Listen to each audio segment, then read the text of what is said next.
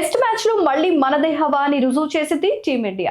Test matches లో తగ్గేదే లేదని తేల్చి పారేసింది. వన్డే సిరీస్ ను కైవసం చేసుకున్న సీనియర్స్ స్ఫూర్తితో భారత్ కూర జట్టు రెచ్చిపోయింది. యంగ్ బాయ్స్ తడాకా ఏంటో చూపిస్తూ టీ20 సిరీస్ లో ఆధిక్యతను సాధించి విజయాన్ని కైవసం చేసుకున్నారు. 2-1 ఆధిక్యంతో చివరి టీ20ని ప్రారంభించింది భారత్. బ్యాట్ ని జులిపించి విజయాన్ని ఖాయం చేసుకుంది. దక్షిణాఫ్రికా సైతం టీమిండియాకి ఏమాత్రం తీసిపోలేదు. ధీటుగానే బదిలిచ్చింది. బ్యాటర్స్ తో పాటు బౌలర్లు సైతం స్థిరంగా ఆడిన ఆట తీరు టీమిండియాకి విజయాన్ని తెచ్చిపెట్టింది. 3-1తో సిరీస్ ను చేజెక్కించుకుంది భారత్. అయితే మొత్తం మీద ఈ ట్రిప్ లో దక్షిణాఫ్రికా పై చేయి సాధించింది. 232 పరుగుల లక్ష్యం అంత ఈజీ కాదనిపించింది ఆట సగం వరకు దక్షిణాఫ్రికా బ్యాటింగ్ చూస్తే. టాస్ గెలిచి తొలుత బ్యాటింగ్ చేసిన భారత్ మొదటి నుంచి చివరి వరకు దూకుడు ప్రదర్శించింది. కెప్టెన్ సూర్యకుమార్ మినహా మిగిలిన బ్యాటర్లంతా రెచ్చిపోయి ఆడారు.